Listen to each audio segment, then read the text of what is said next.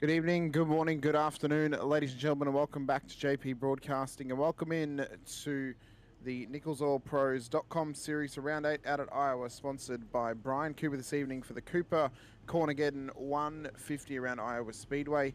I'm your commentator, Hamish Renault, joined, as always, by the wonderful Jim Cunningham alongside. We do apologise for the delayed start tonight. The league had to make a new session as there was some mistakes made in the details of the initial race session. It does mean that we'll have to wait till the end of the show to run through our race rundown of last week out at Road America. Of course, you know, Jim, we were hoping we could run it before the race tonight, but we can't, unfortunately, as everyone's already gridded up. But our starting grid for tonight's race, we as follows. Kyle Gretsch will start pole position ahead of Brad Kress, Steve McClendon, Marty Rogers, Sean Bradley for the top 5, Jared Jackson, Ben Harcombe, Keaton Crothers, Matt Piracini, Tyler Merritt for the top 10. Then Matthew Robertson, John Creedler, Matt Harmon, Jeff Slaughter, Ty Bass, and then Dylan Brown for the top 16 with Brian Dickens, Mike Weeder, Will Emmett, Al Corey for the top 20, Mark Herzig, Michael Seymour, Matthew Aloka, John Campbell, Isaac Voss, the top 25, Jason Benson, Kyle Dewey, Brian Cooper, Robin Maldonado, Dominic Zenobi for the top 30, Tyler Rullis, Riley Smith, Tex Nichols, Timothy O'Connor, Alana Hamilton, Cameron Kane, Ward Fisher, John Crutchley, and Ryan Hyatt will round up the 39 car grid this evening. That's at Iowa Speedway, which that's gonna be fun. Yeah, that's going to be fun. Probably an accurate statement, Jim. Yes, Cornaggedon is going to happen right here tonight, folks.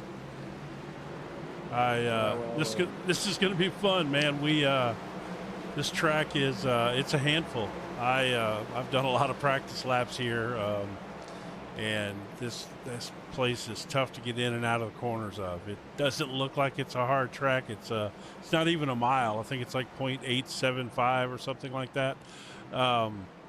It's quick and it's slick and greasy. Yeah, slick, greasy, difficult to turn the car into corners, and we've already seen some circuits this season, Jim, the amount that these drivers like to go too wide, have those 2 lanes happening, sometimes even 3 lanes the right circuit.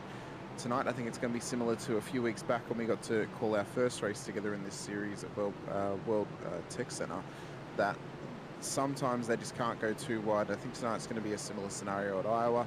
They're tight corners, hard to get turned in on, and we may very well meet double digits for cautions once again if we're not careful, especially with 39 cars on the grid this evening. It's a long grid, and it's going to be one that drivers are going to be cautious very early. We may be stop-start the whole way. Yeah, no, it could be. It's certainly probably early on till these guys get settled in a little bit here.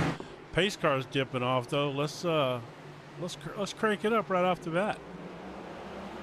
Kyle Gretsch on pole after his win last week.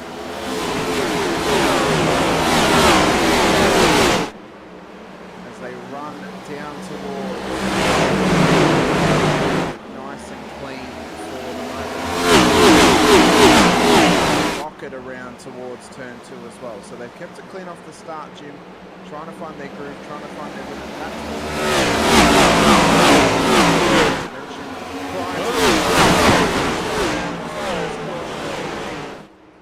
Yeah, that didn't take long, did it? We've got 150 laps to get through, or time limited to 2 hours and 50 minutes in the session. The stage break at lap 68, so we may be here for a while. It like better this. Not be that. Nah, we'll be all right. I don't think it'll be all that.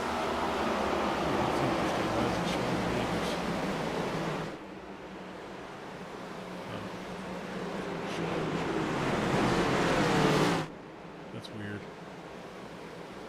Don't know why I did that, but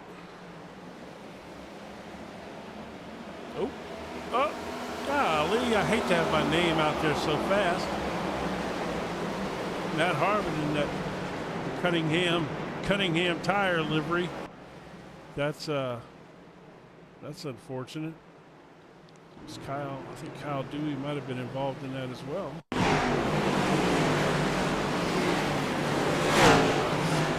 Getting over under with each other. He came back up the track right in front of Kyle. Yeah. That's tough. Yeah. Back on live though. That pace car is out there.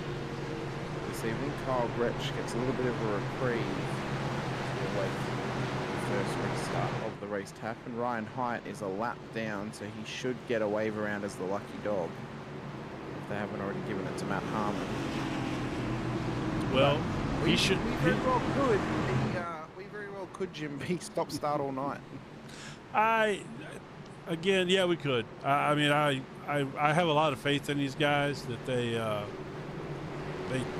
going to find their groove, and it shouldn't be that bad all night. But 39 cars on this track, yeah, that's a big field. It's funny that they get 39 for this track, but you know, something like Daytona or something, you know, they're 10 less than that or something. I mean, when you're on a super speedway, you can see those massive wrecks happen because of the high pace run. You know, the amount of pace that these cars can carry through those sort of circuits like Daytona and Talladega. Iowa, though, it's more or less because of the fact that it's hard to turn in.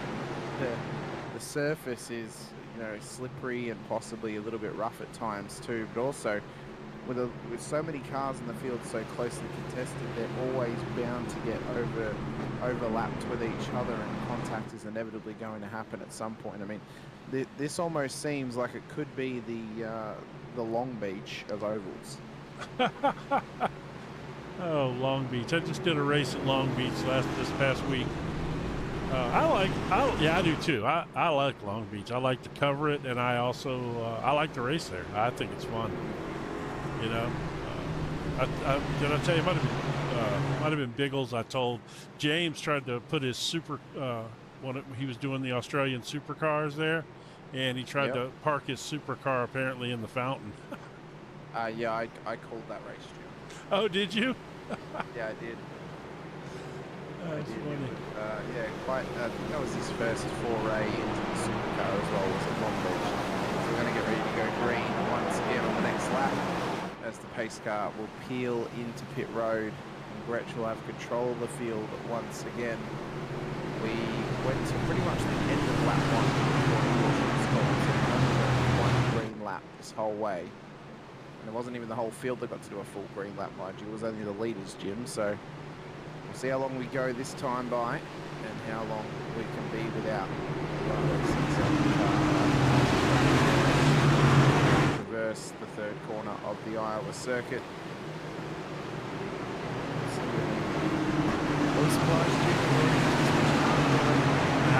I mean, short tracks, it's going to happen early. Tyler Rawless, who was in the chat saying 5 yellows early in the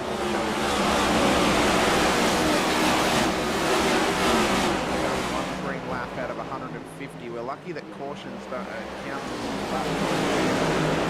Jim, because otherwise we would not be cutting down these laps very quickly at all. Gretsch breaks away nice and easily off the start.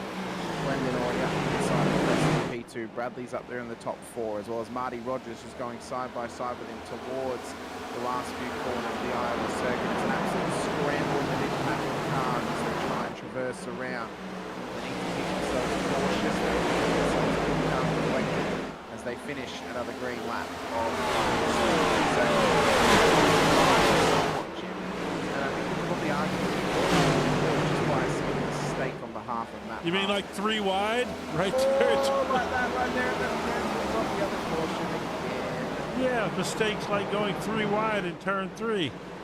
Yep, and mistakes like losing the rear end by pushing it too hard through corners. That's what was called red back cautions. Matt Harmon did the same thing on the first lap, and that's what put the pace car out.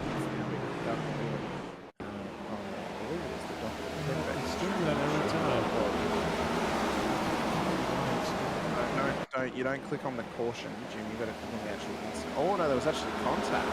Yeah. We had Tyler Merritt, who we know runs with a little gamepad. Yeah. The controller warrior out there, the controller connoisseur, we could say. Interesting if anyone decides to come by and take some fuel, because we know they can't make it to the end of the stage break. And no, they cannot. Down the road could be helpful for them. By the way, we didn't mention the stage break is at lap 65. We were kind of rushed there with that changing of sessions. But So yeah, it's lap 65 for the stage break, and they cannot make it on fuel. So let's just make sure we get back on live as well, because I believe the pace car is out there now. It is indeed.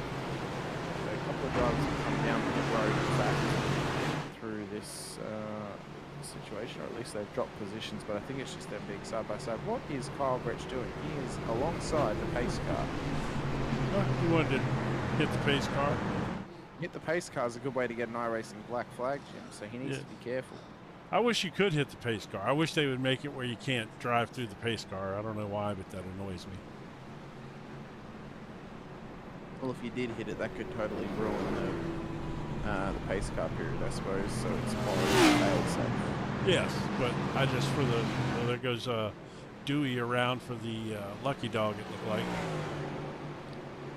He gets his lucky dog rule in effect for him. Biggest mover thus far inside the top 15 is Mark Burton. He's now up 7 positions. Biggest mover of the whole race, though. Ward Fisher's up 12. Timothy O'Connor up 10.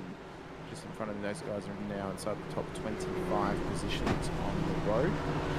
For Gretsch, it's been stop-start from here. We've done a total of 3 green laps this race out of 12. We've gone 3 quarters have been green.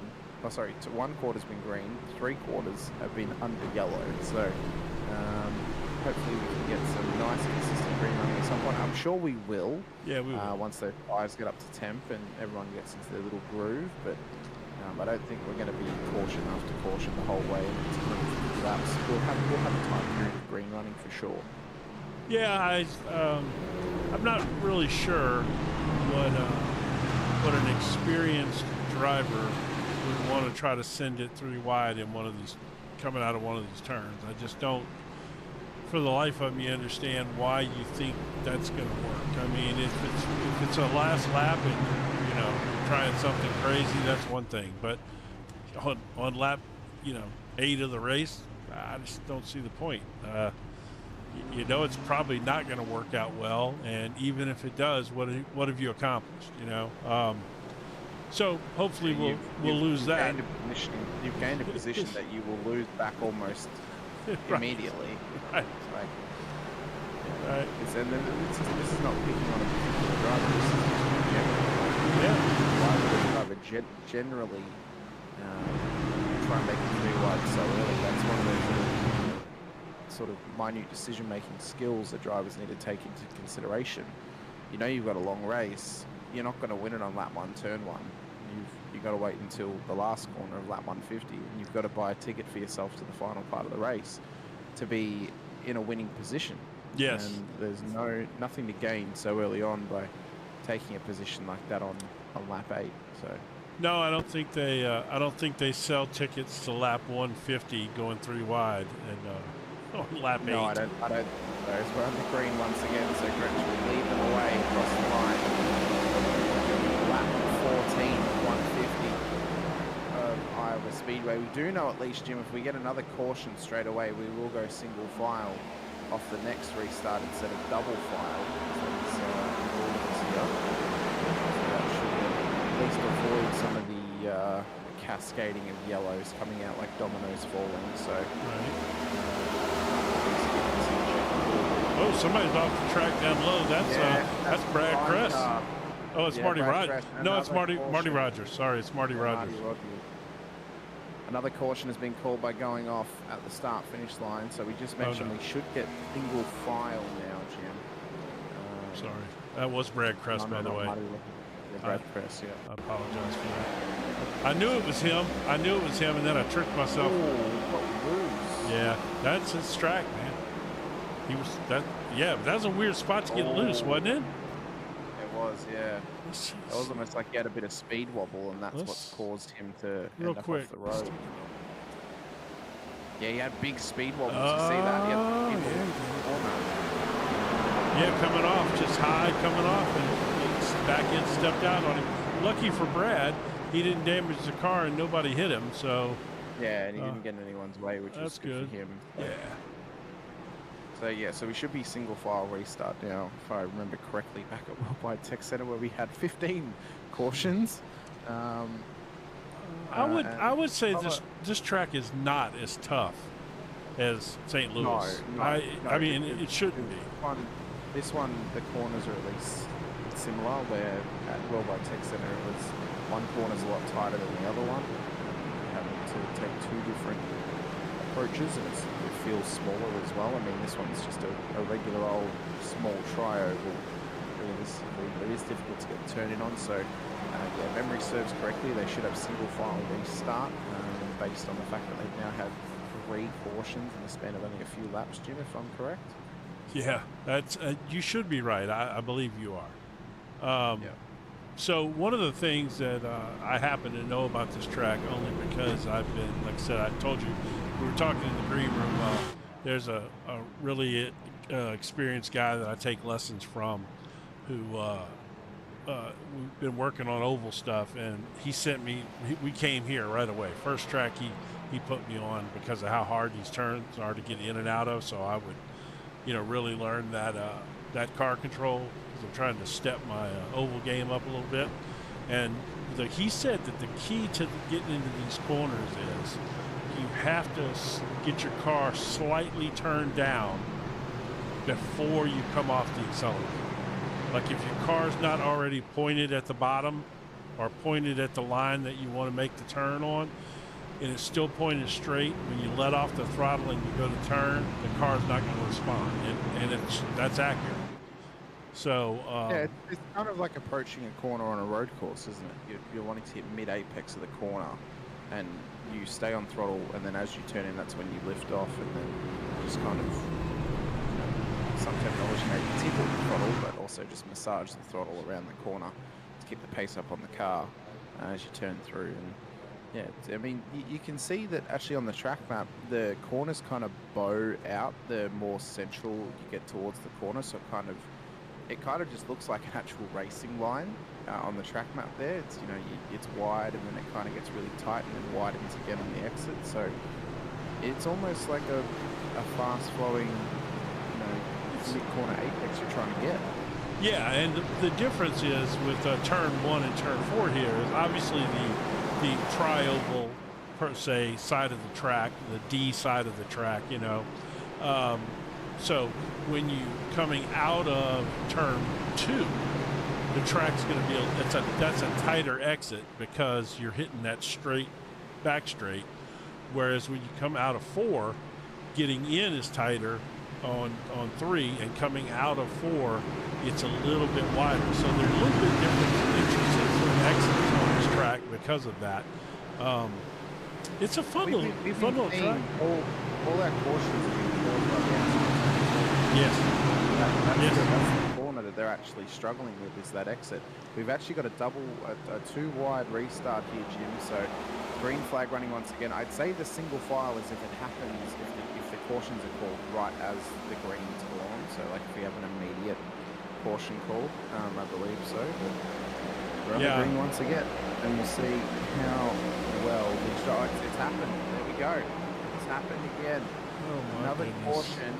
And unfortunately for Tyler Rulis, he is now on wood, because if we remember, we get a caution when the stage break happens. So we know that Rulis is on 5. We're technically on 5, even though we've had 4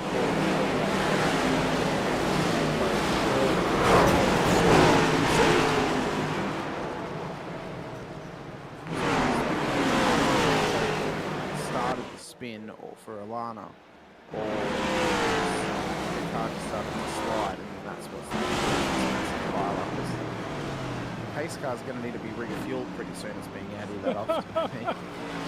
That might be the best line I've ever heard. No, he got into her. He got into her back corner there. Yeah, but if you look at it, there was already an initial slide, which makes me think it was Netcode that started the slide, and then the contact happened between them. Yeah, because as it started to slide, she slowed up, and then that in turn. Yeah. Let's see from this angle. It's either that or she turned in front of me. What's funny is they're both Miller cars. Yeah, there was Netcode there for sure. Man. There was like almost a good sort of. Man, I think Tyler Merritt. I think Tyler Merritt took a big shot right there, and if I'm not mistaken, he's already used his fast repair. Oh no. Yeah, remember, because he slid in and hit the pit wall. Watch, that's Tyler right there in that purple car. Yeah. Watch, boom, and then hit there. He's in trouble. Oh my God, he is. Yeah, he's in trouble because I'm almost positive that he used his. He probably used his fast repair on that initial caution, like first or second caution of the race. He slid down on the pit road and hit the pit wall. Yeah. So we're under caution once again. I noticed that our round sponsor, Brian Cooper, is P16, so we might wait because I feel like we're going to get another caution soon. If he makes it into the top 15 by the next caution, or if he's in the top 15 by a caution, we'll drag him in for a quick chat. Otherwise, we'll drag him in at the stage break and we'll have a chat to him midway through the race. Yeah.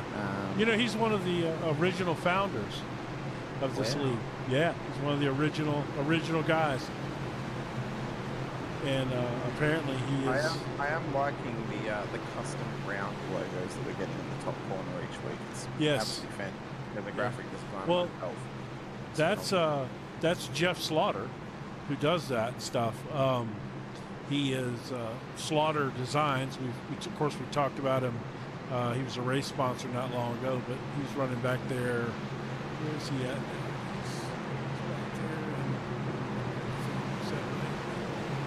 Can't tell what position he's in, but he's back in the field right now, number 88. He's running a really cool livery this week. Oh yeah, he's running like an old UPS, old school UPS logo with a car with the corn. Oh no, that's not corn on the hood. Never mind. You can peel those leaves, but it's not corn. I have a feeling, and I know what you've made, Jim. I'm going to point out. I feel like what would have made or even the Cornaggedon race go. Yeah. What would have made it better is if instead of a corn cob, it was the lead singer of the band Corn. That would be the nice little deep for us. Actually, if we just played a popular track by Corn, that would be kind of cool. You know, what we showed that stuff. Right. Yes. No, he would not.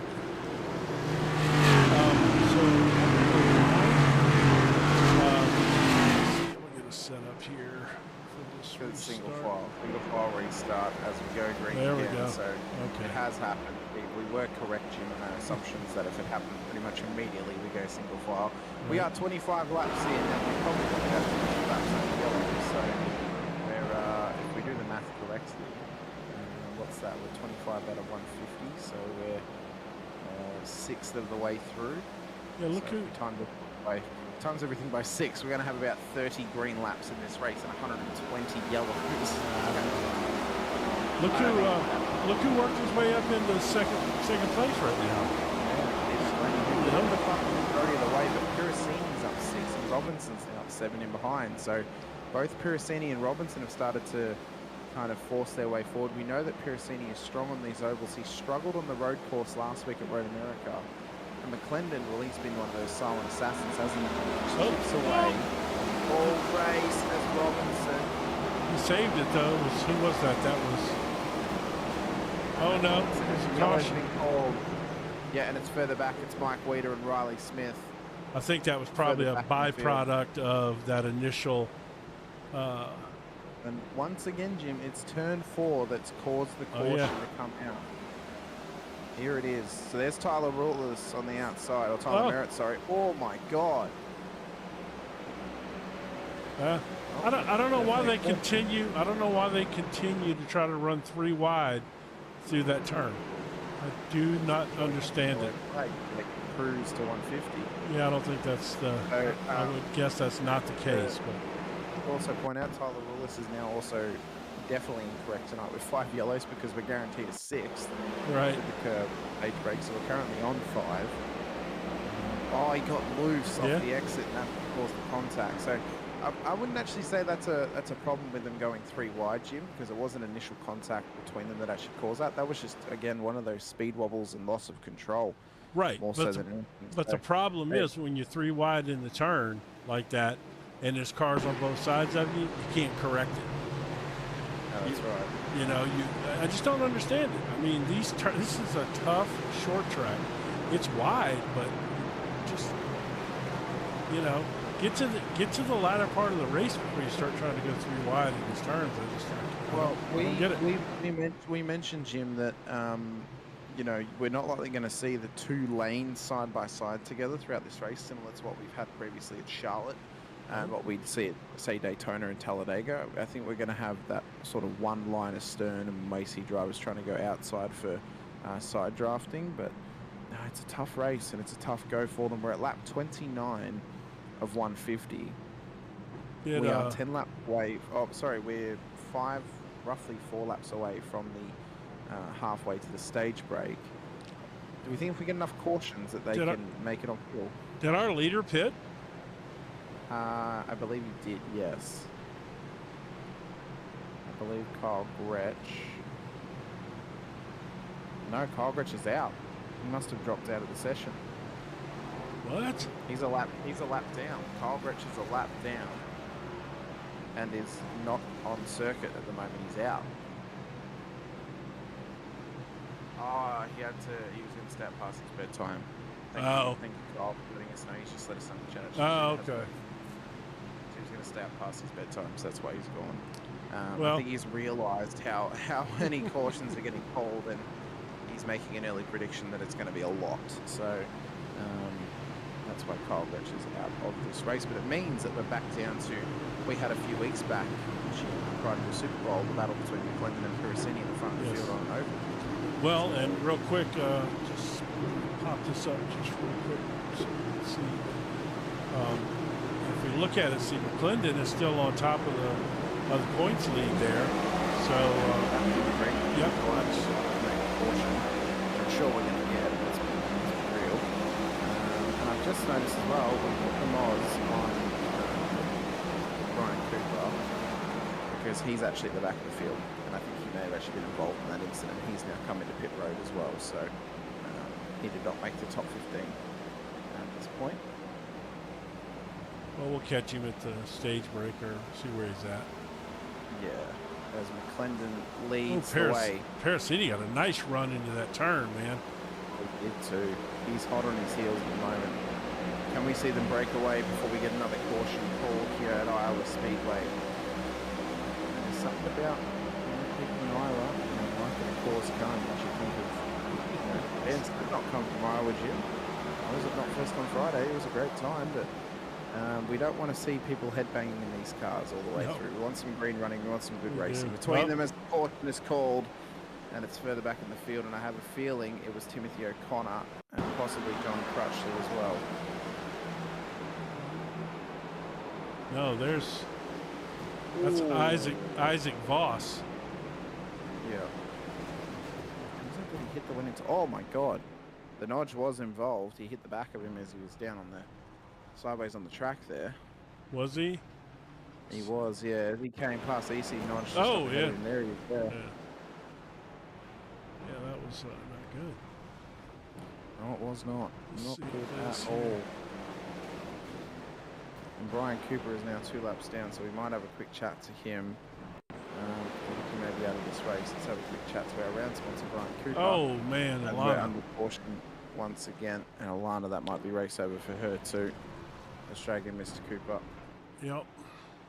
Mr. Brian Corny Cooper, you are this round's race sponsor. Just make sure we're back on live as well, Jim. Yep. Brian, a tough end to your night, it seems. Are you going to be back out on track, or have you got too many repairs at the moment? No, we've got some internet issue and swapping over to a different connection apparently just killed it. So we're going to pack her back up on the truck and roll back down the street. Well, we wanted to get you in here before you did load it up on the truck, and thank you for sponsoring tonight's race. And we sure do appreciate that. It's unfortunate for you. Your night ended early. Yeah, it was making good headway. I don't know, 15th or so out of 39 cars started. So yeah, I was actually getting there, and the internet demons that are being from Iowa jumped up and bit us.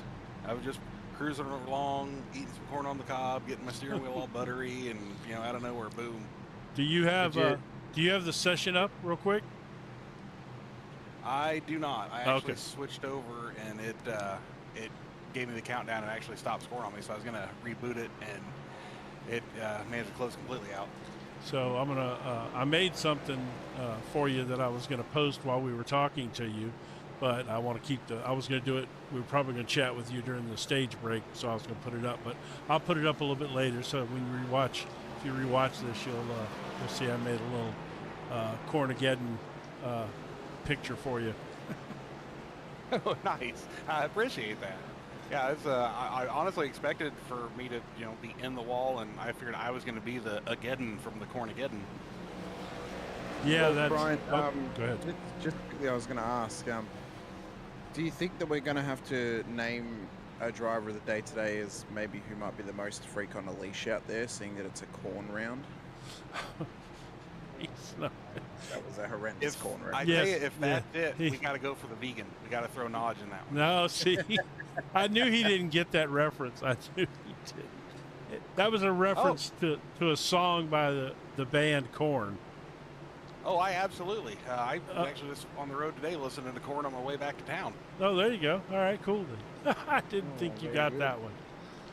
Yeah, but no, Nodge was trying to do some babysitting, and boy, he was about as freakish as I've ever seen him be. So I mean, it actually fits. So is he really a vegan? Oh yeah, absolutely. I've tried sending him hot dogs in the mail, and he just won't even accept them. I popped in. Of course, I'm sure you were in there. I popped into the voice chat for you guys before the race, right as JC John Campbell was telling that cucumber vegan joke, and that was. Did you hear that one? Yeah, I had been there about 10 minutes from that, and that's JC's joke of the day. That's just part of what you get with membership to the TVP. You get those before the race. All right. Well, we appreciate you sponsoring this race, buddy, and we are back to green flag. Hopefully, we can get a few green flag laps in here, and we'll let you get that whole thing loaded up on the truck and get on out of here tonight. Yeah, fingers crossed we're putting her on a tunnel and heading south. You guys have a good one. We appreciate you guys doing these. All right, man. I appreciate it. Back on the green, Jim. And yes. How long do you think we can go? Man, Parasini gets this insane run, into these turns. You're okay. Yeah, I know. It's ridiculous how he just launches well it. He goes. He just really thrives on these small ovals, doesn't he? Well, it's that one turn. You see, this turn here, he takes high. But down in there, down into 1 and 2, watch him. He just sails it in there, man, on the low side. See, he likes that entry, that low entry into 1. But when he goes into 3, he goes high. But yes, he loves any oval. That Matt is fast, man. He really is. Oh, yeah. He wants an outside line on McClendon. He needs to be careful that he's not coming undone off of this one. Oh, he does well though. Yeah. Sort of turn. Well, we've done well here, Jim. Stop. Don't even say it. We've gone green a couple of laps. We don't want to single. We've gone a couple of laps now with green, which is good to see as well. Yes, I know. Because the race honestly was really falling away from me, so it's good to see that we've got some good green running once again. Yeah, I mean, I think I really do think we're going to find a little spot, The problem is, a lot of these people are better at bigger 1.5-mile tracks, or they're road course people or whatever the case may be, and you're going to have a certain set that just do not like tracks like this and are not good at it, No, that's right. And I think realistically, the more portions we have, obviously, the more cars will actually get taken out of contention because they'll be better. So the grid will get smaller, which means that it will then spread, which means then we're more likely to get longer green running as well. Yes. Harrison and McClendon, they're going lap for lap here, Jim. 24.66 from McClendon, 24.69. Last time by, as they cross the line once again, it's a 24.97, 24.98 for both drivers. So they're on pace together, and they are starting to build gap over the cars behind of Sean Bradley and Marty Rogers as well. So a nice little breakaway, it seems, for Pirasini and McClendon. at the front of the field. Be right on board with Matt Piracini in the 24 car at the moment. Of course, from Stony Plain, Alberta, Canada. It's one of the Edmonton sports that I've collected for myself in my time here at JPB. Shocking. Shocking, I know. You and your hockey Canadians. Oh, hockey is phenomenal, Jim. I am disgusted that Dallas took the North Stars from Minnesota. Let's give Dallas their own team. Have the Minnesota North Stars back. Were either one of those at the Super Bowl? Because I must have missed that. Oh, when was the last time that Texas won a Super Bowl? I'm not a Texas fan. I'm a Saints fan. So our last. Well, when was the last time the Saints won a Super Bowl? 2010. Oh, well, that's not so bad. I didn't No. think Yeah. more recent than the Cardinals won last. Yes. Yeah, it's so weird that you have like these weird affiliations with sports teams. I don't know. I like Edmonton. I like Arizona Cardinals. Right, but where's the Arizona connection? I played Madden and I enjoyed playing for the All right, you know what? I can live with that. I'm good with that. Do they still have Australian rules football? Is that still a thing? It's been a thing for over 100 years, Jim. It's Well, the oldest played in the world. I did not know that, but I was a huge fan of Australian rules football when ESPN first came out. You know, back in the Stone Age when cable was new. ESPN didn't have a lot of content, you know, at that time. They didn't have any of the NFL or baseball or pro basketball or any of that kind of stuff. So they used to show Australian rules football late at night, you know, like I was late teens, early 20s, you know, I'd be up all night or come in for the night out. And, you know, and I loved it. All right, let's see what's going on back here in the field. These guys, I kept wanting to stay with this because I knew they thought I was cutting away, so Piracini's going to take the lead. I got you, Matt. I didn't cut away yet. That was a nice pass right there. Great pass. I'd like to point out, Jim, the AFL is the fourth largest domestic, on average, fans to actually go to a game. It is the fourth largest in the world. Really? So, yes, the MCG holds 100,000 fans, and will hold 100,000 fans for some of the bigger games in the year. So they can get hundreds of thousands of fans every single year. So it's the fourth largest domestic sport in the world, based on average fan attendance. So sliding back here a little bit, we got Herzog and Sean Bradley, which, you know, I fully expect either one of these two that are going to be up there at the end of the race. Herzog has had a great race, Jim. He's up 17, Yes. poor qualifying, must be said. But up 17 into the top four. Yet to go down pit road just yet. A couple of drivers have come down pit road, including Matt Robinson back in P16. He came in on lap 18. I would expect, if we don't get another caution, we go green to the stage ending, that they will need their stop. I say that, we get it. Don't ever say that word again. Man, we were rolling good. We had a good green period, Jim. We had a great green period. Let's see what happened here. Michael Seymour.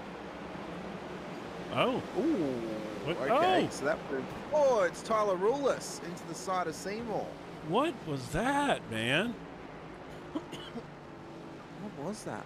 Why was Tyler trying to get to the top of the road when he could have just pulled off into the infield? No, that was Seymour.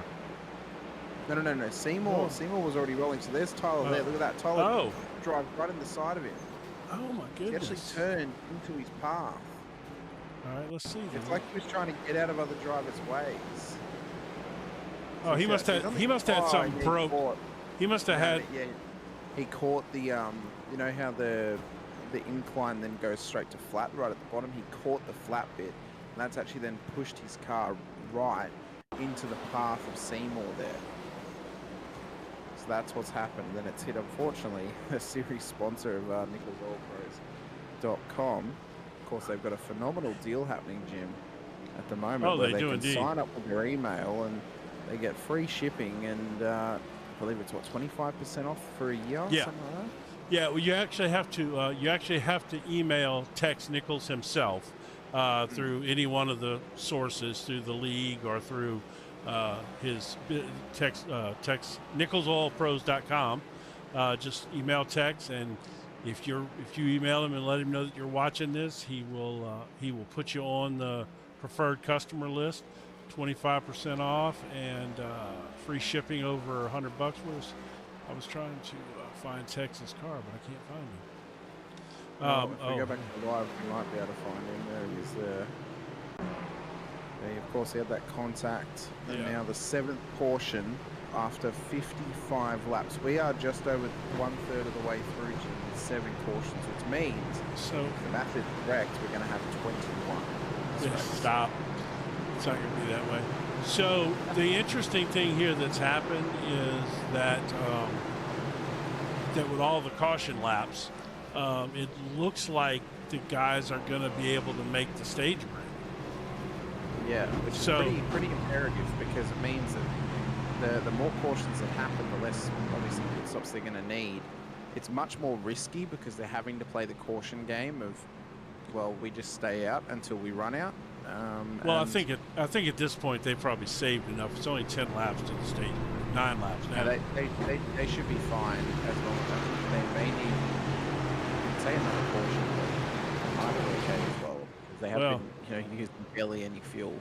I mean, if you assume that each caution is 4 laps, which it seems like they've been 3 to 4 every one of them. Yeah. So at this point, they've already saved well in excess of 25, 25 laps at reduced fuel savings. So they should be fine.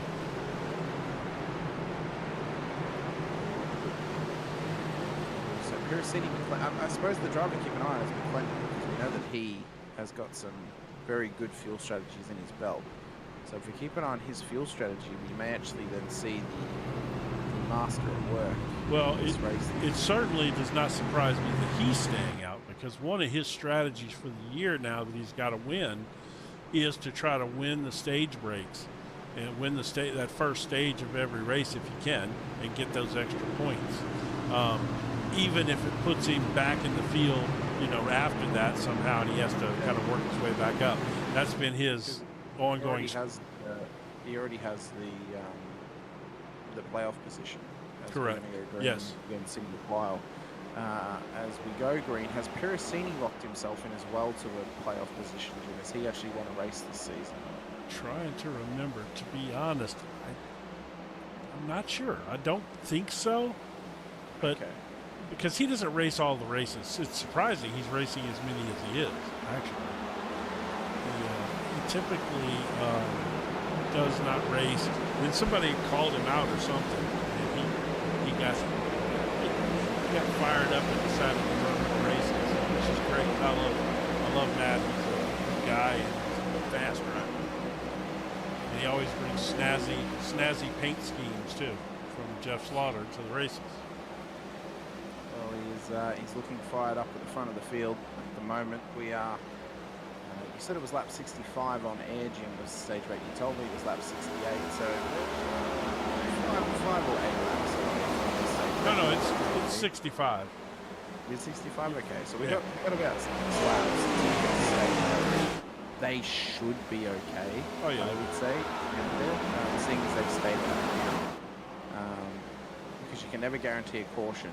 And if they've stayed out, they know they can make it. So yes. So that's worked out very, very well for Piracini and Herzog. Worked out phenomenally for Herzog. He's up 18 spots. He's into the top 3.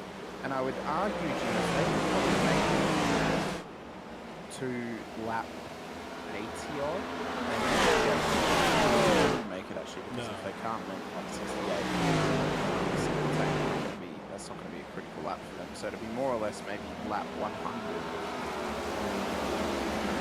So they may actually just fully adjust how they feel they need to take across their next 2 stops in this race. Yes. Well, I believe that they said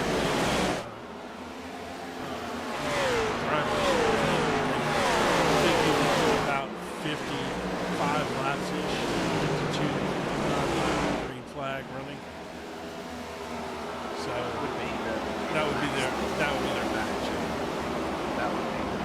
to lap 96 and then be safe. If they can put enough fuel to stop to get to lap 96 and then come in and fill the car, then they're only 2 stops. So yeah, anywhere. In a tougher position, who've already come down pit road, they've kind of confirmed themselves now into a 3-stop strategy. Yeah, so clearly, yeah, if they, well, at this point when they pit here, which this should be a caution lap right here, the caution should come out right here. Half lap to go. Yeah, Bradley that's what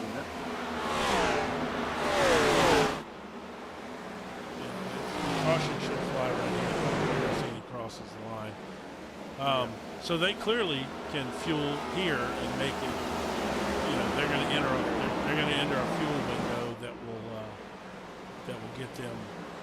So they can fill the car. Yep, and one more stop. Yeah, and then just go to lap 96 and then fill the car again. And they can.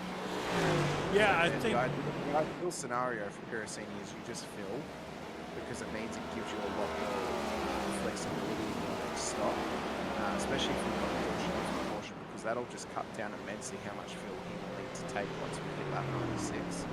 Obviously, you don't know fuel is safe. So if he comes in this, as Herzog jumps straight across into the Piracini, he just gets driven through by the safety car. So when they come in this time by and they fill the car, we know that they can get 55 laps of green running on that tank gym. So if they fill the car now and then they come in on lap 95 or 96, that's roughly 10 laps of fuel they've still got in the car before they actually fill. So it'll be a shorter stop if it has to be a green stop for them on lap 96. So because it's a caution stop, they'll want that full tank, because again, it will then give them flexibility later in the race, and maybe find that they need even less fuel than caution to get at the circuit. Yeah, I don't think. I think what you'll see is I don't think that they'll pit as soon as their fuel window opens, because tires are a factor here as well. I think they're probably not, but it'll leave it open to them. That yes. If they need to, they can pit at that point and they can get home. Right. And it will be the fuel that they need if they fill now. Like if they take full fuel now. Obviously they've taken tires and everything, but I mean, you mentioned it. The more cautions we get, they can go 65 laps. Yes. If they get 7 cautions before the end of the race, or say in the next 65 laps, they can go that distance on the full tank, which then means that their last stop, if they get to, well, maybe 130, means they only need 20 laps of fuel when they pit. So it's an even shorter stop. Right. So what that would be is a little splash of gas and possibly right side only tires. Exactly, which works heavily in their favour. So those drivers who stayed out at the front of the field and kept going all the way to lap 65 have now got an immense advantage over the rest of the field, because everyone else needs 2 more stops, or one more stop now, because they have, they limited themselves by pitting earlier in the race. So everyone on the timing who has 2 stops is at a disadvantage. So like Jared Jackson, Brad Kress, Matthew Robinson, they're naturally further back in the field. Matt Harmon has taken 3 stops in this race, Jim. Well, he was involved in that incident early on in the race. First incident, because it was the Cunningham tire. So one thing I've just noticed as well, so Rullis, Harkham and Bass all came in on lap 54. So they just stuck to their regular strategy, where Piracini and McClendon have obviously gone further, as well as Herzog, and they're right behind these guys. So now the problem for Rullis, Harkham and Bass is, let's say they've gained a lap worth of fuel through these last 2 cautions they've been had. If they can go 56 laps, they can get to lap 100, they can still get home with fuel, but they're not going to have the flexibility that Piracini and Herzog have, because they've got that extra 10 laps.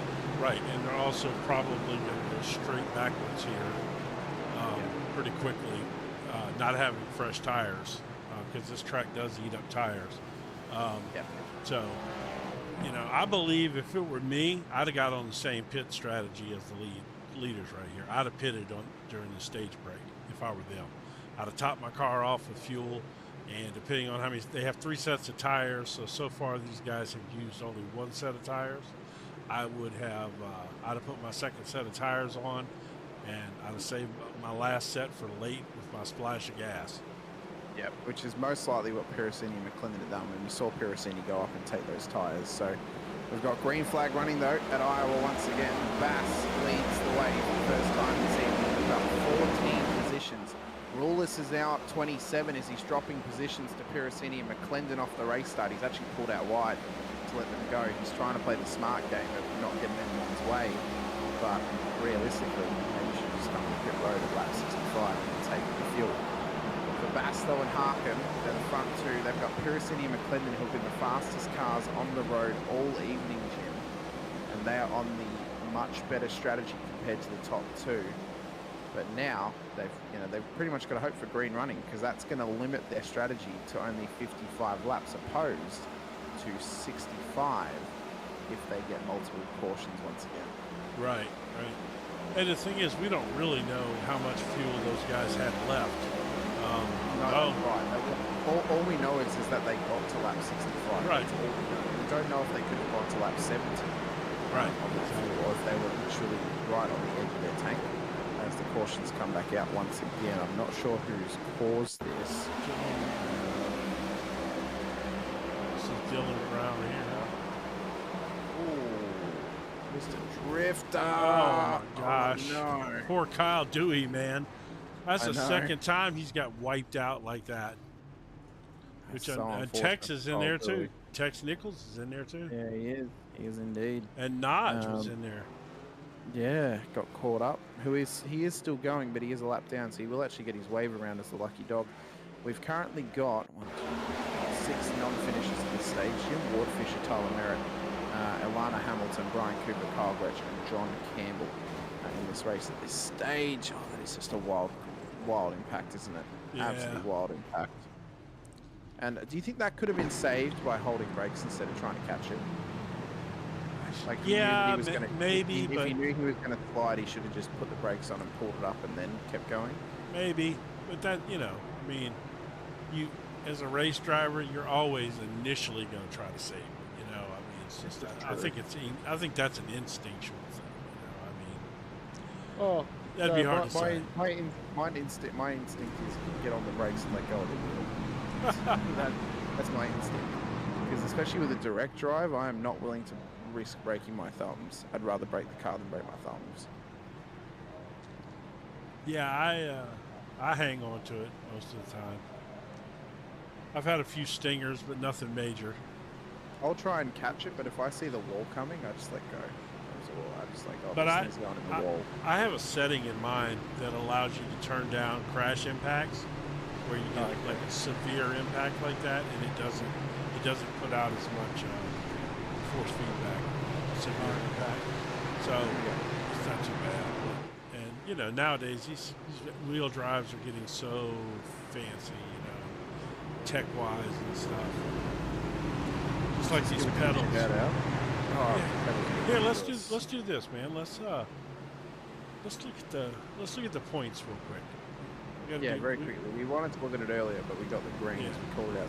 McClendon is leading the championship with that strategy, as you mentioned, Jim, of him keeping that car at the front of the field for the stage wins. Obviously, he's taken a race win, which means he's been put into the playoffs later in the season. As is Sean Bradley, who took the win a couple of weeks ago at Charlotte.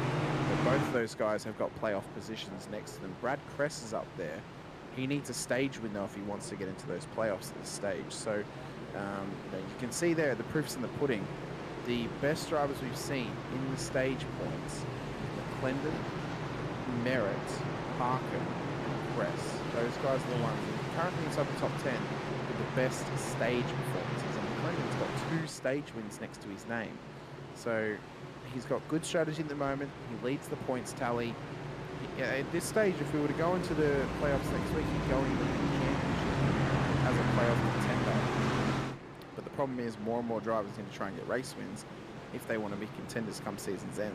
The big name I think that we're missing is Matt Pirasini, who's not in the top 10 of the championship, but if he can get a race win, he'll have that playoff spot next to his name. Yes, because I believe they got to do like 9 races to qualify, which he looks like he will now. So.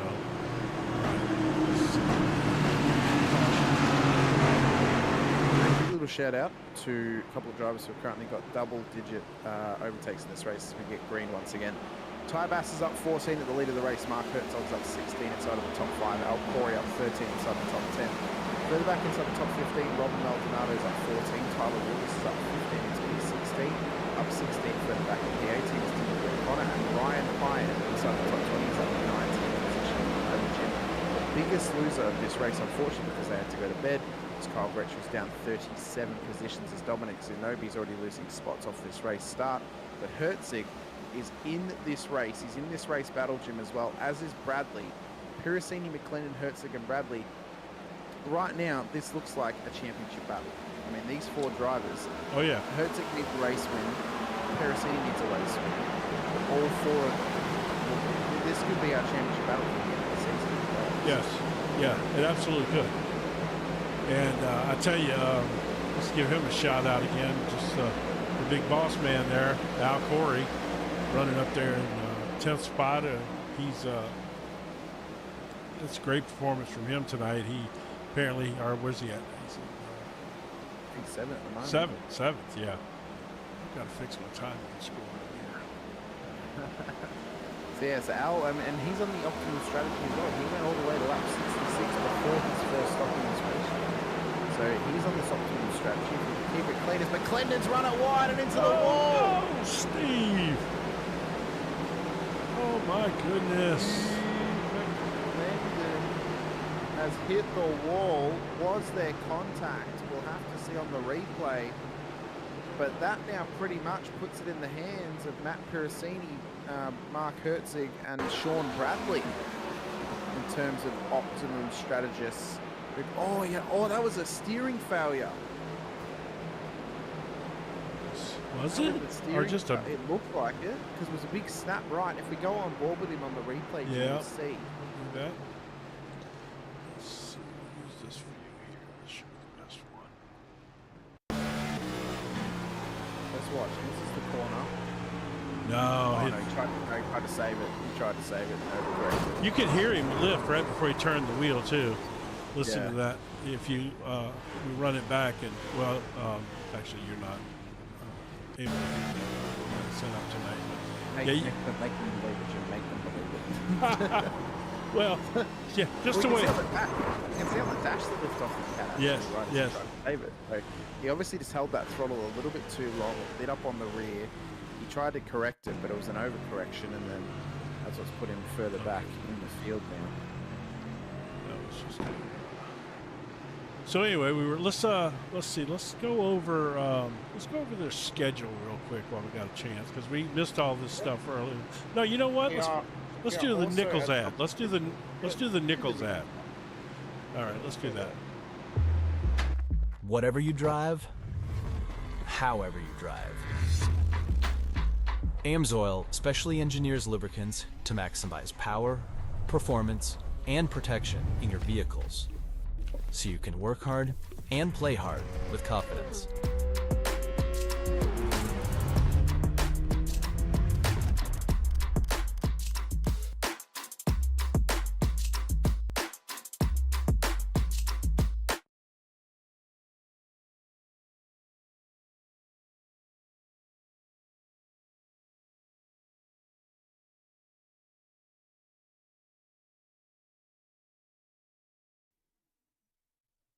So that was a little message from our sponsors for the series of NicholsOilPros.com. Of course, Tex Nichols in the field in the 60 car this evening.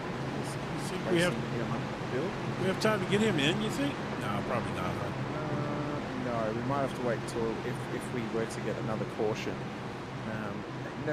We've had a few, Jim, but it is a good opportunity for a break for these drivers, and I think these sorts of races with small track, long laps, or a long amount of laps, I should say, the cautions are, it's unfortunate, but one of these things in racing. It's one of these things in racing, isn't it? So, it's especially not necessarily bad for getting cautions, but they're driving mistakes, unfortunately. Yeah, no, it's tough. I mean, these short tracks are brutal. So I guess we got one lap here. Let's do this real quick. I'm going to pop back here. We haven't talked about this driver. I don't know that we've talked about him all season. Timothy O'Connor? No, Not we much. We have. He was back at Worldwide Tech Center. He was on for the win with Brad Oh, Kress. that's right. Yes. Yeah. Yeah. Well, look at him. He's up Yeah. 20 spots today. That's pretty good done run well. for him. Yeah. And Yeah, he's done well. Maldonado up as well. He's up 16, Yeah. just heading into the Worth car. Yeah. And look at that. Brad Kress makes his way back to P12 after 2 stops in this race. He's down 10, but he is in the fight up towards the top 10. So we may even see Brad Kress back in this thing at the end of the race. Brad Kress is always that guy that just seems to be around at the end of the race. He just saves his stuff, does a good job, stays out of trouble, and he's always there. Race cars in. We're under green flag running once again. Ty Bass gets the field underway. Piracini hot on his heels. Harmon, Rogers, Harmon, Jackson, Robinson, the top 10 as well. Turn 2. Going to be an intense end to this race. 150. So we're still rocketing through this thing as well. I mean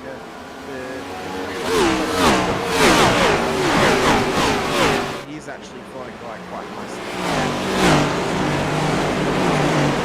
Nice long green runs. Tested together. Yes. We're not really getting anyone breaking away and making it so the leaders, 10 seconds ahead. We're keeping everyone. This race. Yeah, I agree 100% with that.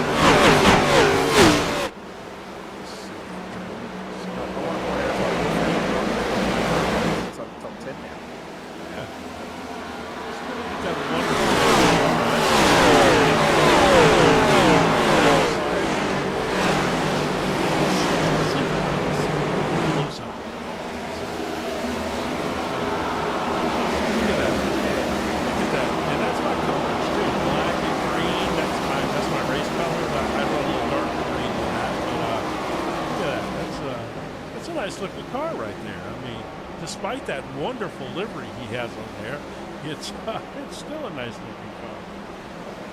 Would it make it better, Jim, if it was on a Mustang as well? It would definitely make it better if it was on a Mustang. How'd you know that? I don't know you got a Mustang. Yeah, that's fine.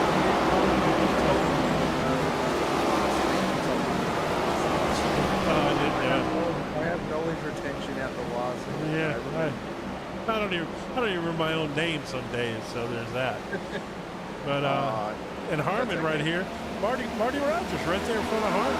He's a guy that's been up in contention lately. He was up there and he had a good run at Road America last week. We didn't get that in. I guess Brad was waiting to the race to get after that. Yeah, we run at the end. We'll sign off. We'll run the race recap and then we'll go to the credits afterwards. So maybe at least get some recap for last week at Road America. The road course event that we had last season.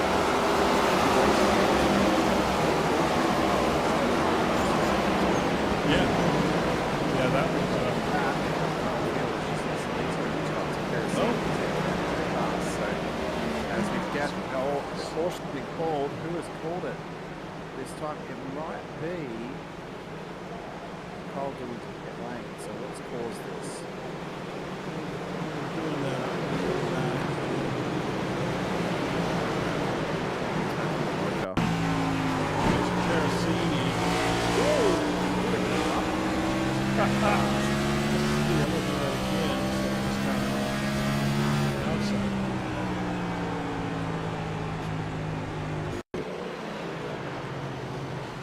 High there. Oh, no, this is it's after. Yeah, Oh, yeah. Try to get it on. Oh, here it is. Yeah, there we go. Oh, did he do some rub? Oh. Hey, you know what? Fair race. Fair play. You know what? I bet you. No one wrecked. You know what, though? I know Matt Paracini. I wouldn't be surprised if he gives a spot back. I think he tried to, but the caution was called, so he couldn't. Yeah, that's Matt. I don't think Matt. Now at the end of the race, he might take that. You know what I mean? But Matt Harmon is in the road. Oh no! He's come in 5 laps before what we call critical lap. I would say he might be taking a gamble there. bit of a gamble. But, if we were to continue on the route of getting some cautions throughout this race, pay off for him. This might be a very, very smart strategy and play into his hands a little bit as well. Yeah, I think he's gonna just have to ride in the back, stay in people's draft, do his best to just save, and if it works out in his favor. But you know what? You're running in 10th place. You're not up there contending for the win. Might as well try something a little different. Nothing wrong with that at all. We're not at Vegas Speedway, but might as well have a bit of a gamble. That's right. A little bit of a gamble here and there. I don't blame it. A bit of a dice roll, and that's one of the positives. Hello, Mr. Corey. Welcome in. Hey, guys. Sorry. Hey, Al. Hey, sorry to bust into the party here. No. I'm sure you guys are wondering what's going on tonight in the but the admin team is talking to you, and we may be looking at changing some things for this race. I would say right now that it's likely that our next caution, we're going to go ahead and reduce the length of the race to 125. Okay. All right. I think it's in everyone's best interest, especially those focused on the East Coast. Sure. It's already after 10 o'clock, and it's been an unprecedented number of cautions in Iowa for this week. So, next caution, we're going to announce that we're reducing it to 125. So, just to give you guys a heads up. All right. So while we got you in here real quick, Al, congratulations, man. You're having a great run so far. You're having a nice run tonight. It's really just been kind of steady. Haven't been doing much, but it's been all right. Yeah, you're doing good. Just stay up there now with the shortened distance. You're right in a good spot right now. Yep, we'll see. Well, right. I'm going to dip out. Yep. Thanks, guys, and appreciate you. All right, buddy. Thank you. Appreciate it. Well. That throws a little monkey wrench in. Makes old Matt Harmon look like a genius, doesn't it? Oh, indeed. Let's just get back to live, Jim, because this will now change my bad. the strategy for a lot of drivers. So that strategy that we spoke about before with these drivers now getting to a critical lap of lap 96, that now completely changes.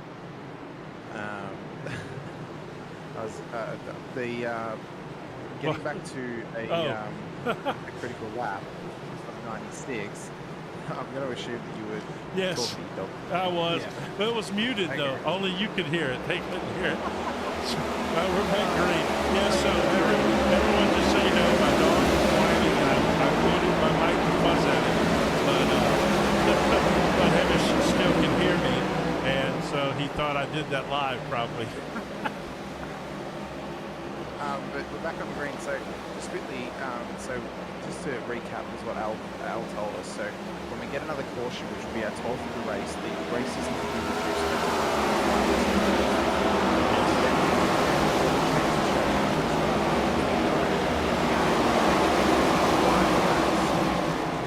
Green. So we've had some cautions. It doesn't mean that they won't have cautions after the 12. If we were to get more, it just means that the end of the race is going to be 125 or 150. But it changes now that strategy.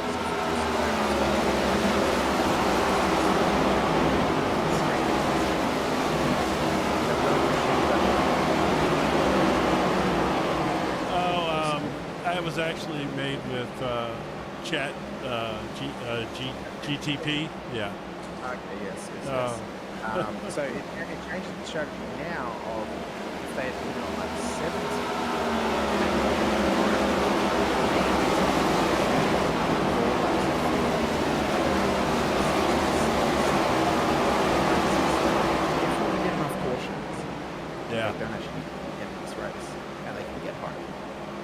And that may certainly be the case for maybe some that are back there already trying to save.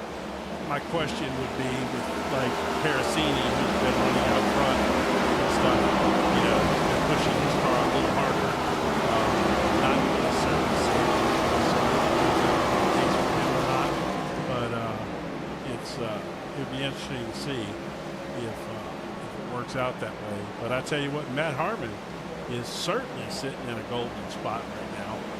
The only issue with that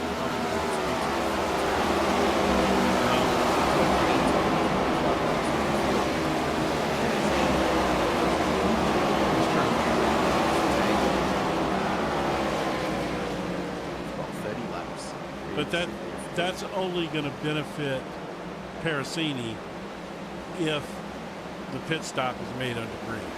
If the pit stops come and they're made under caution, then it's not going to matter. Matt Harmon's going to stay out.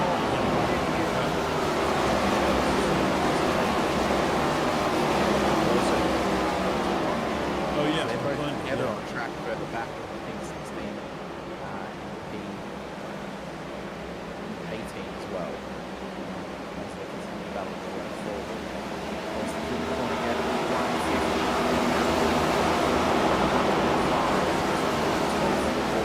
And why is that? Because caution is blowing up. Should have tried to make a little animated thing of a little nuclear hot core. Well, I was, but I ran out of time. Fair enough. I'm slow. You're probably a lot quicker than Brad. I'm pretty slow, but I thought it was a cute idea. I really just did it for Cooper, sponsor the race, just because I can appreciate it. he's an old Iowa boy there. Look at Harmon though. He all of a sudden he doesn't have to save anymore. He He's just pushing. Yeah, he can pick him up and put him down.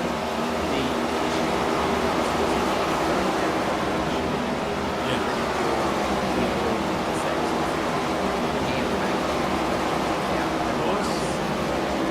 So when did he kill on? 66? 91. Well, he's not going to have to save. They can get 55 laps. They're only going to have to.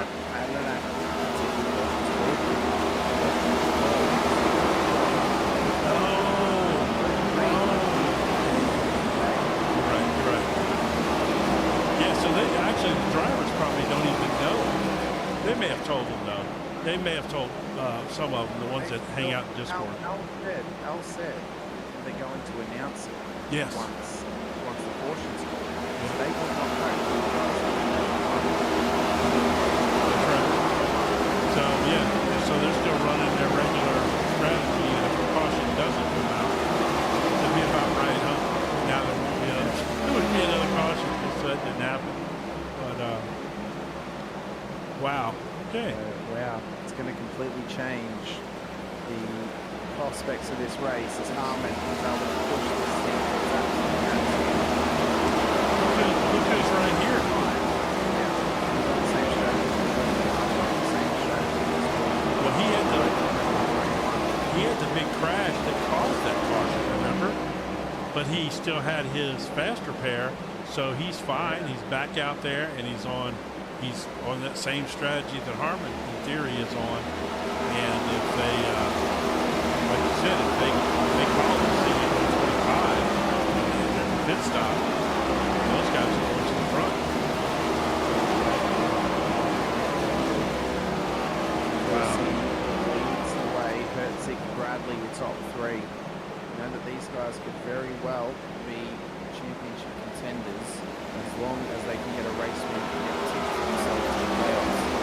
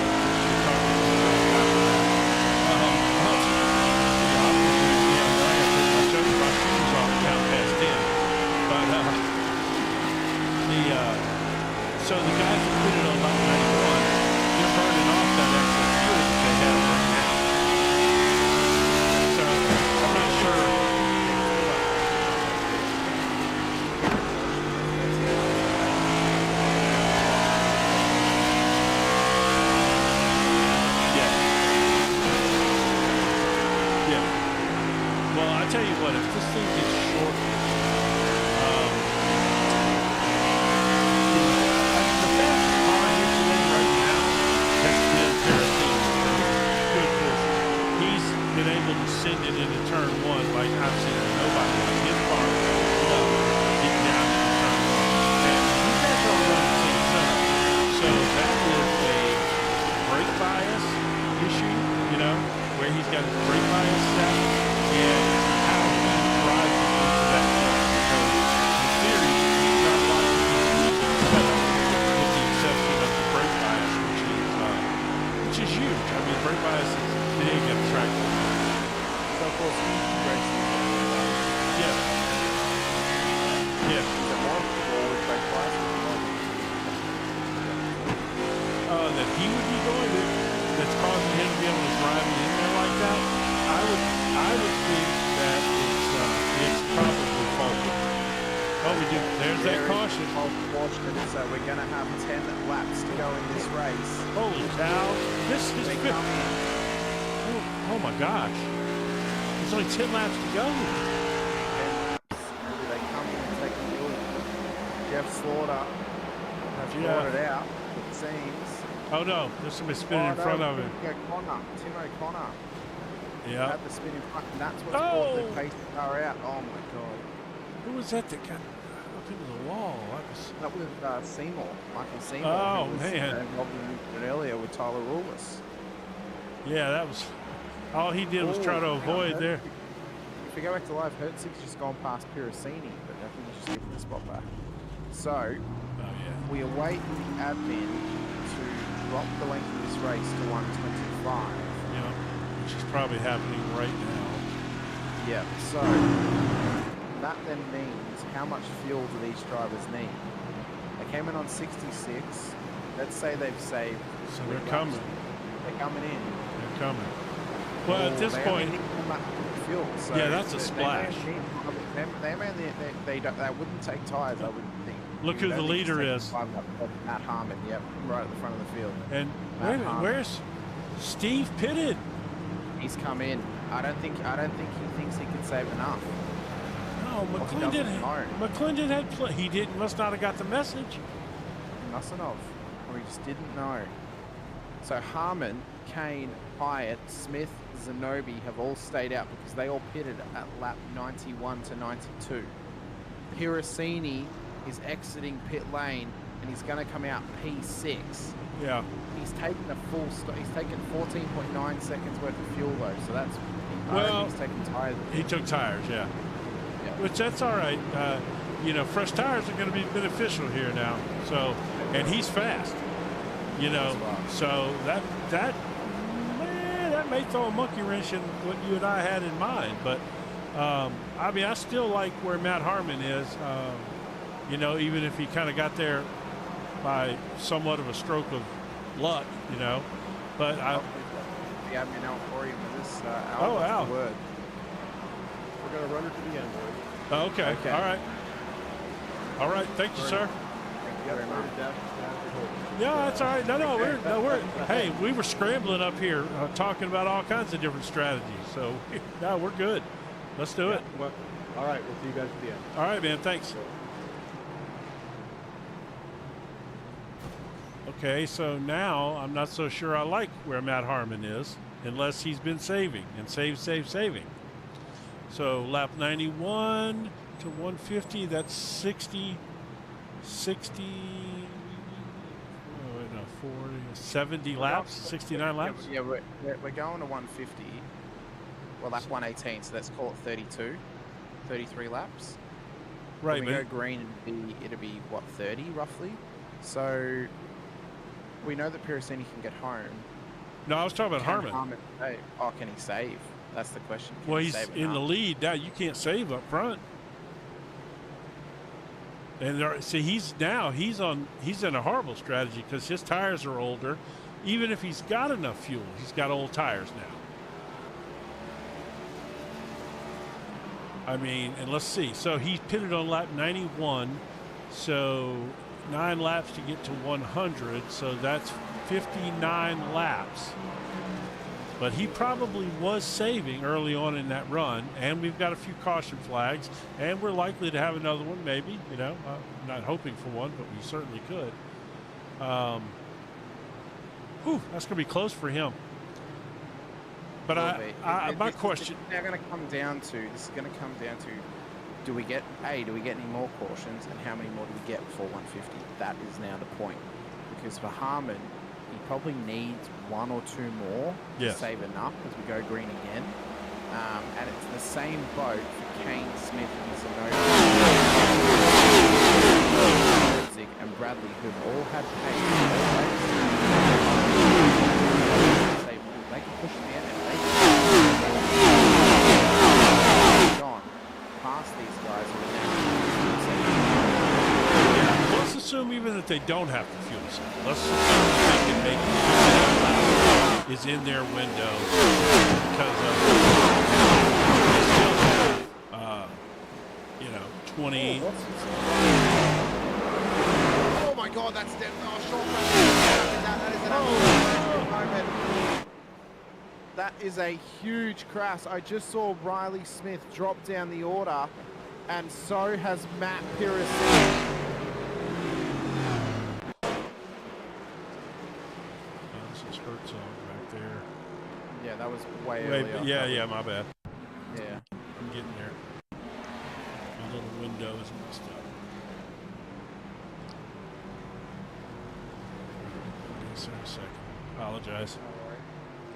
So at this stage, Harmon, Kane, Zanobi, top three. Herzig, Crothers, Jackson, Al Corey as well is up there. It's a complete scramble. We're just waiting to see the restart to see how this has been caused by, I believe it was Riley Smith. It was Riley Smith who had the incident and dropped down the order there, Jim. All right, yeah. So, this okay, has been... so let's see. This is the first thing it's showing me. Bradley. So there's the loss of control for Piracini, and then clip the wall, come down, bang, straight into the butt of Bradley. Oh, it did a big impact.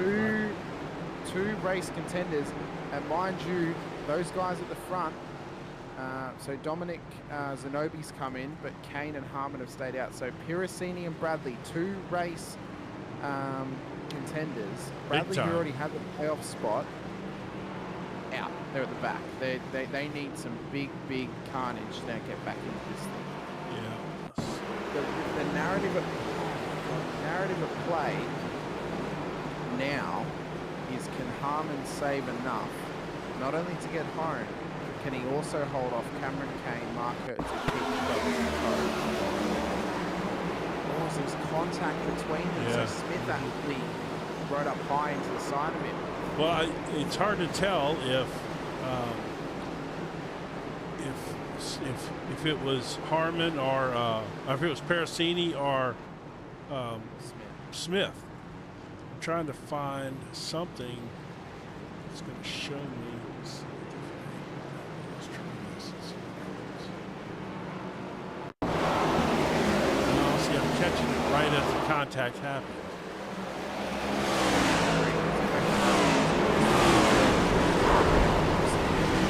We do not. As the lights should go out on the pace car this time by. So, 5 laps to go and we go green. 25 laps to go. Who's winning the race? 25 laps to go. I think Harmon can make it. I think that there's a good. I know Harmon can make it home, but Yeah. I love Harmon. You know, I love Matt anyway, and then not to mention the Cunningham livery thing. But I honestly believe that it could be Herzog. He's fast, and he's got fresh tires. Gives you a little outside edge here. Another Canadian is going to win a race. Oh, stop! Going to be Keaton Crothers in the 809. Here we go. I'm claiming it now. I'm claiming it now. Keaton Crothers is going to win this race. Is he? And the same strategy as Herzog. In fact, he took a shorter stop than Herzog in the last pit stop. He took a 10-second stop. Herzig was 14.5. So maybe he put lighter fuel in thinking there was any cautions, and maybe he has a lighter car. Yeah, without lapping and practicing that in theory, I don't really know how much of an advantage a couple of gallons of gas makes in this situation. We go green. I just noticed a couple of drivers in the background. Yeah. No, I took a hard look at the crest when we were talking. I took a hard look at the crest because he's a solid performer, and he's again into the race. He's there. It's a common Brad Crest thing. Well, I think by the sounds of it, Jim, your dog's got some opinion. I know he does. Apparently.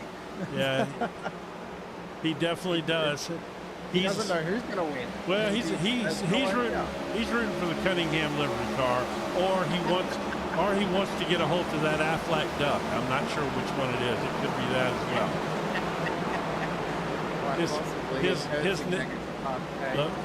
Look at Herzig, man, right to the front. God. I thought he was going to take the lead right there, but there he goes. Now he's got the lower line. Here comes Crothers as well. Two wide action up towards turn 3 and 4 of Iowa Speedway. Herzig takes the lead from Harmon, and he's stuck in the middle lane as Crothers is now on the inside as well. Don't keep an eye on Jared Jackson.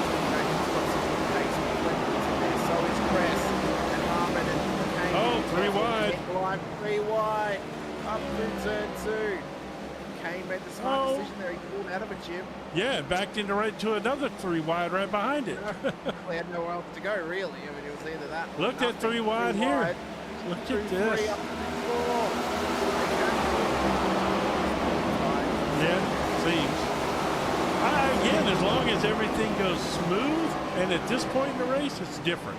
You just don't do this on lap 10. You know, that was my point.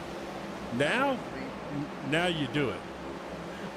Can you please say 10 for me again, Jim? That was the most southern you've ever heard, other than when you say oil. Oi. 10? I don't know. Yeah, that slipped out. That's right. You haven't heard me speak Cajun yet either, with the Cajun accent. I could do that, and it would be like that gator hunting show. They'd have to have subtitles under. The drunk Jim would be immaculate, I feel. Just the natural accent coming out.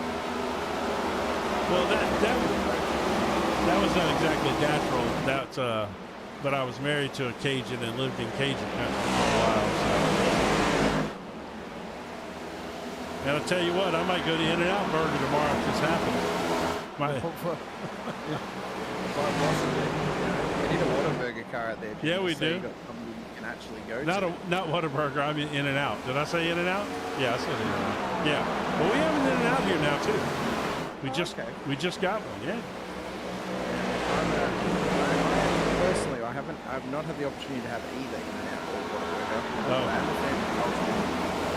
It's very, very nice. Oh yeah, both Whataburger and In-N-Out are both better than Carl Jr. Oh well, I look forward to the day I can try both. Well, come on. Wendy's? Yep. No, they got good burgers. Yeah, we have to Come to Texas, man. You can stay here.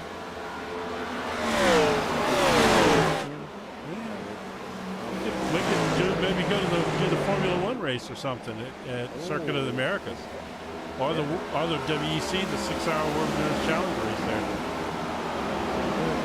Pretty good, even an IMSA event possibly as well. Well, they don't do IMSA there; they just do the WEC. I feel like they should do. They should do it. 8-hour around Coda, that'd be pretty fun. Yeah, the WEC does 6 hours of Coda, and it's their only American stop right now for the WEC, short of the mixed event at Daytona. So we've got 15 laps to go. Herzig leads the way. Crothers, P2, Jackson, inside of the top 5. O'Connor, Emmett, Benson, Brown, Harmon, the top 10. Crothers makes it possibly save some tyres at this stage. We go green the whole way to the end for an extraordinary finish to this race at Iowa. We could. Look at Crescent and McClendon running back there together, man. I'm looking to see those guys start moving up a little bit here. I am watching the screen.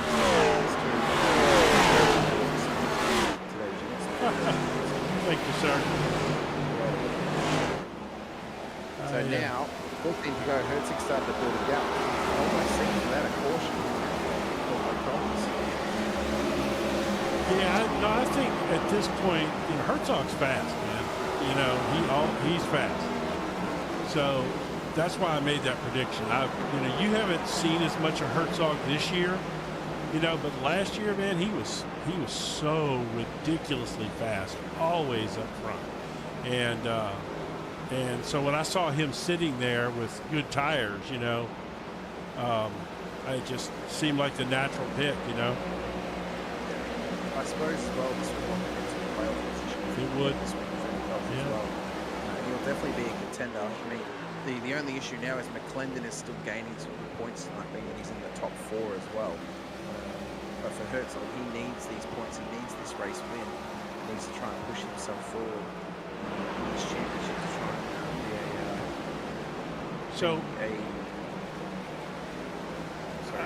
I'm trying to remember. If I'm not mistaken, and I think I'm right, I called the finals of several of their series last year, and I'm not sure whether it was the next-gen car or the Xfinity cars, but Herzog was in the top 3 racing for a championship in the final race and got caught up in some trouble late in the race and lost that championship. But he was literally there all year long.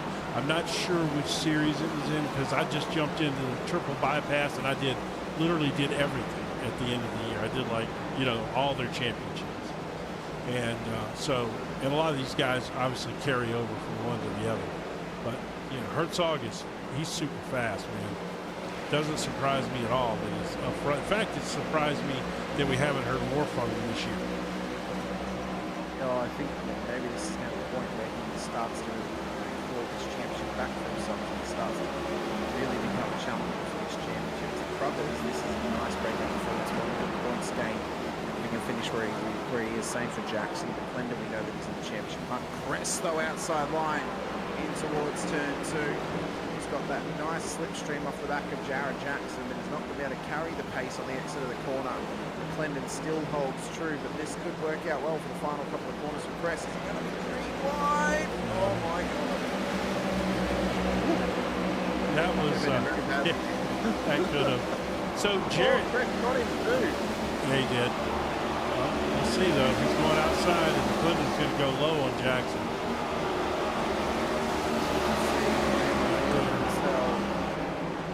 Back out of it. Where's McClendon gone? He's actually dropped back.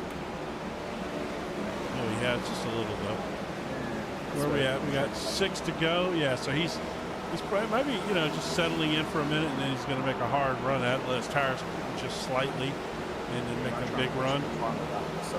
Yeah, final 2 or something like that. So Jared Jackson, talking about Jared Jackson, like you said, it's a breakout performance, really good performance for him. Do you realize Jared Jackson is the quiet assassin? The dude is sitting, if I'm not mistaken, let's look real quick. Where's he at? 6th in points. He was 4th 2 weeks ago. 6th in points, and we don't, it's like you don't know his name, but he's 6th in points. He's just consistent. He is. He's the name that you, and I mean this with the highest respect, it's the name that you brush over in the stands. It is. He's always there. Yes. I've had quite a few in my time like this. There's a driver, probably didn't watch this, but a driver called Gary Butler, the Vietnam veterans. He, for a long time, was the silent achiever. Every week he would be around about the top 5. But again, one of those names that you just kind of brush over. It wasn't winning races, but it was always getting consistent top 5s, which then eventually worked out for him. Jared Jackson, very similar scenario. He needs a race win. He needs to get into the playoffs. So we did that dirt race. Triple Bypass decided to do a dirt race there a few weeks ago, and it was their first ever broadcast dirt race, and I got to call it. And Jared was in the top 3, and I was saying like, you know, he's kind of a new name to me. And then I'm talking to him in the interview room, and he says, well, you know, I said, hopefully we'll get to talk to you on Sunday, you know. And he goes, yeah, I really like the next gen cars. You know, I'm sitting 4th in points, so I felt like a giant jack, well, you know, like a big giant butt. And so I went and checked. Sure enough, he's 4th in the points. And so then I started watching and looking. And the dude he's really good, man. And it's just for whatever reason. Yeah. Here we go, man. Herzog is taking that white flag. Yeah, he's only got one more lap to go. Brothers hot on his heels. Brad Cress and Jackson are still battling the P3 on the road. And for Herzog, this will be a great win and lock himself into a playoff position for the end of the season here in Iowa after a caution and carnage-filled race. We went double digits once again. Mark Herzog will take the win at Iowa Speedway ahead of Keaton Brothers in P2. Brad Cress gets across the line in P3 ahead of Jared Jackson and championship leader Steve McClendon in P5. Timothy O'Connor, Will Emmett, Jason Benson, Jeff Slaughter, Al Corey inside of the top 10. The 15, it was Robert Maldonado, Sean Bradley, Ben Harker, Matthew Aloka, and John Crutchley. The notch up into the top 15. Buddy Rogers, Matt Harmon, Cameron Kane, Dylan Brown, Ty Bass, your top 20, Isaac Ross, Tex Nichols, Michael Seymour, Matt Pericini, Mike Weeder, the top 25, Ryan Hyatt, Dominic Zanobi, Matthew Robinson, the last of the finishers with Riley Smith at the back of the field. So before we jump around and start doing all the into the race things, I want to give a big shout out there to Jason Benson. Got him an 8th place finish. The dude is one of the admins in this league. I've seen numerous times where he's almost running race control from his vehicle while he's.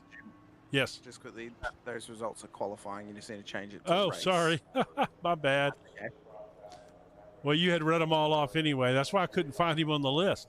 Yeah, so I want to shout out to Jason Benson because he never gets any credit, and a lot of times he doesn't have the best finishes, but imagine how hard it is to control your own race and then also kind of run race control from your vehicle, and he does that. And then here with Al Corey, same thing. You know, like tonight, look at what all Al Corey was involved in the decision making of cutting the race to 25 laps and then not cutting it and all of that. So he was in those discussions while out there racing, and he still pulled off a top 10 tonight at a very tough track. So I want to shout out to both those guys. They're longtime admins. And then while we're at it, we'll shout out to Brian as well. Where's my little thingy here? Real quick, to Brian Cooper for sponsoring the race, another one of the co-founders of this league. So we'll hit him too, and then we'll move on to see who we got to pull into our booth tonight.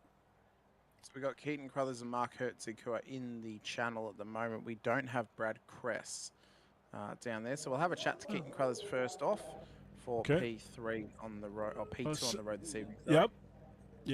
Mr. Crothers, congratulations, P2 on the road here tonight. And I made a prediction that you might be getting yourself a win, but unfortunately not. Mark pulled away, but a good podium for you and a good solid chunk of points as well in this championship. Yeah, that was a lot of fun. Thought I could run him down there at the end, but he was just too fast for me. He did have a strong car, but man, you sure did. It looked like you laid back there and cooled your tires down a little bit and took a good hard run at him on that last lap. You closed the distance pretty well there. Yeah, I don't know. I saw him. I don't know if it was just my graphics or something. I thought I saw him getting to the wall, and then it kind of slowed him up a little bit. So I was like, oh man, I got a chance here. But yeah, just close one at the line. But oh well, it was a fun race either way.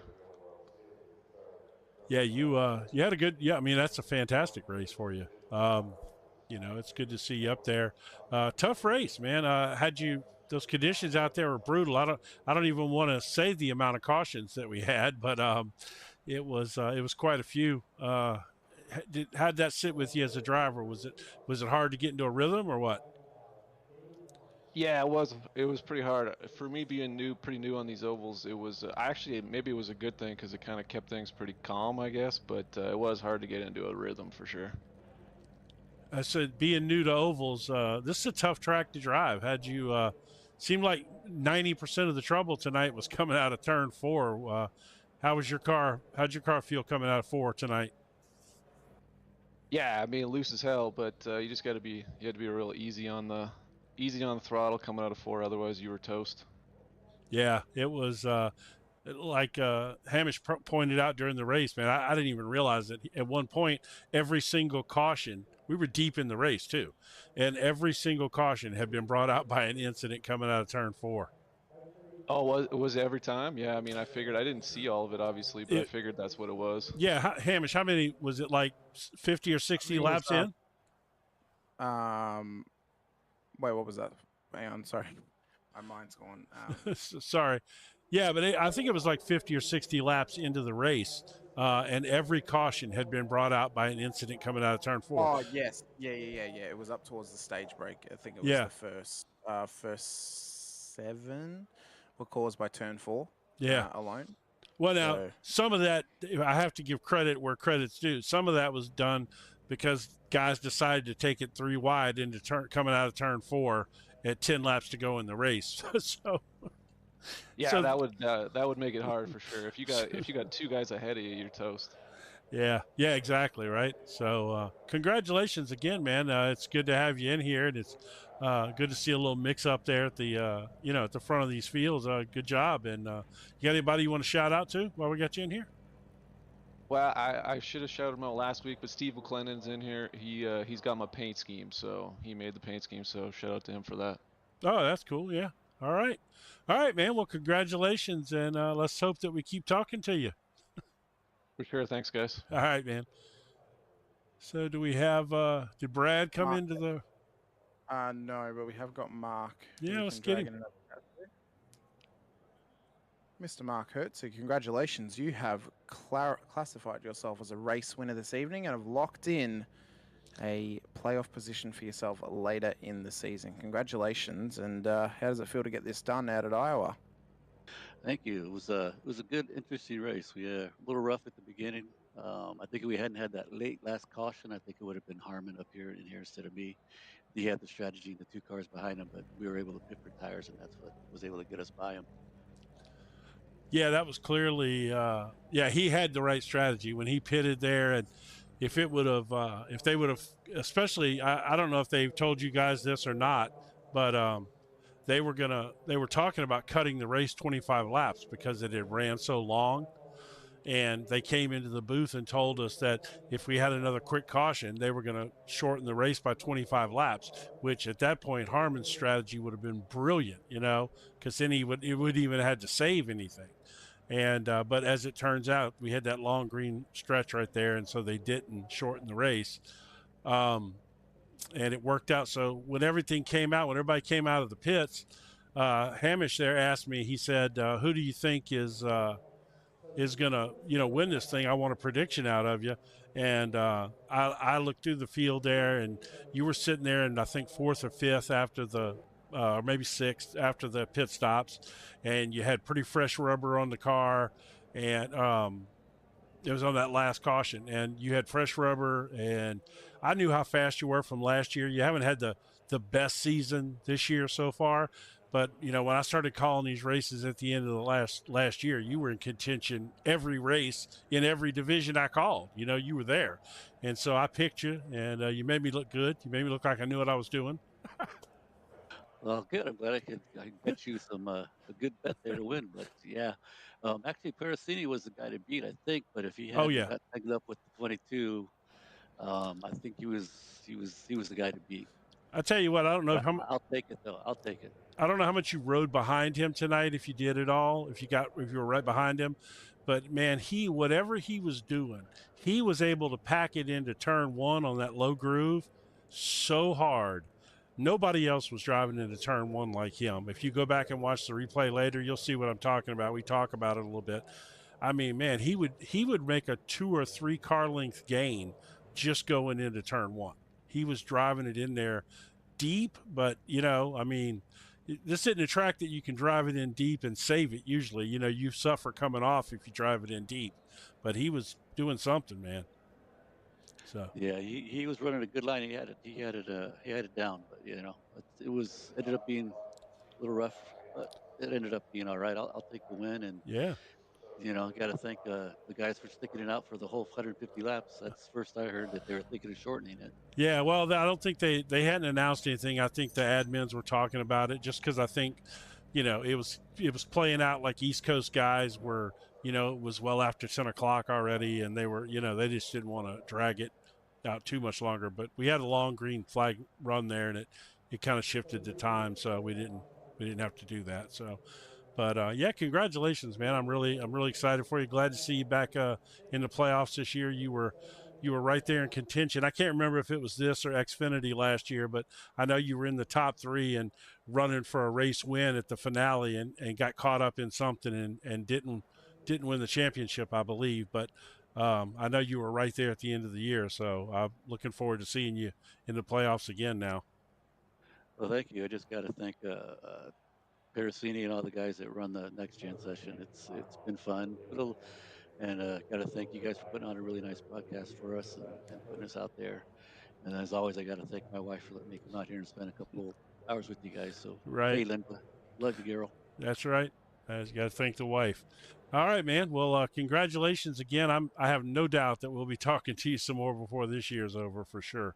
So I have no doubt, man. We'll see you soon. All right, guys. Take care. Hope to see you again soon. All right. Bye-bye. Well, Jim. Yeah. That'll bring it into our show tonight after a cornucopia of cautions, a cornucopia of carnage. Oh, there you go. Cornaggedon at Iowa Speedway. That's right. Hold on here. Let me. That's right. I'm glad you said that because it reminded me that I gotta do the race recap at the end of the race because we got caught in here late. So, yep. But one more, we'll show the Cornaggedon again there one more time, which it did kind of turn out to be a Cornaggedon of cautions tonight, unfortunately. Yep, it did. It really did. But that's racing at the end of the day, and that's racing in a small oval like Iowa Speedway with nearly 40 cars on the grid. It's what you get when you go racing. But it ended up being a good race, though. I mean, in the end, it was a good race.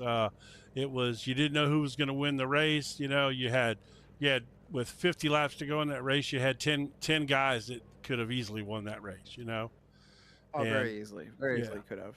So yeah, that was cool.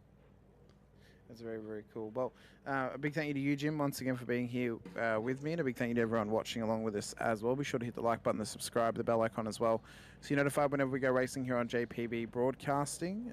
We appreciate everyone's time, appreciate them being here with us for the Nichols Oil Pros.com series for Round 8 out at Iowa, sponsored tonight by Brian Cooper for the Cooper Cornaggedon 150 out at Iowa Speedway. Appreciate your time, appreciate you being here with us once again. We've got the race recap to come your way from Road America last week, and then of course our ending credits as well. But until then, stay safe, drive hard, and as always, bye for now.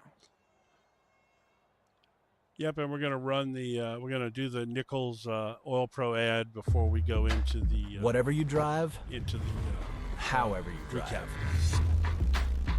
AMSOIL specially engineers lubricants to maximize power, performance, and protection in your vehicles, so you can work hard and play hard with confidence.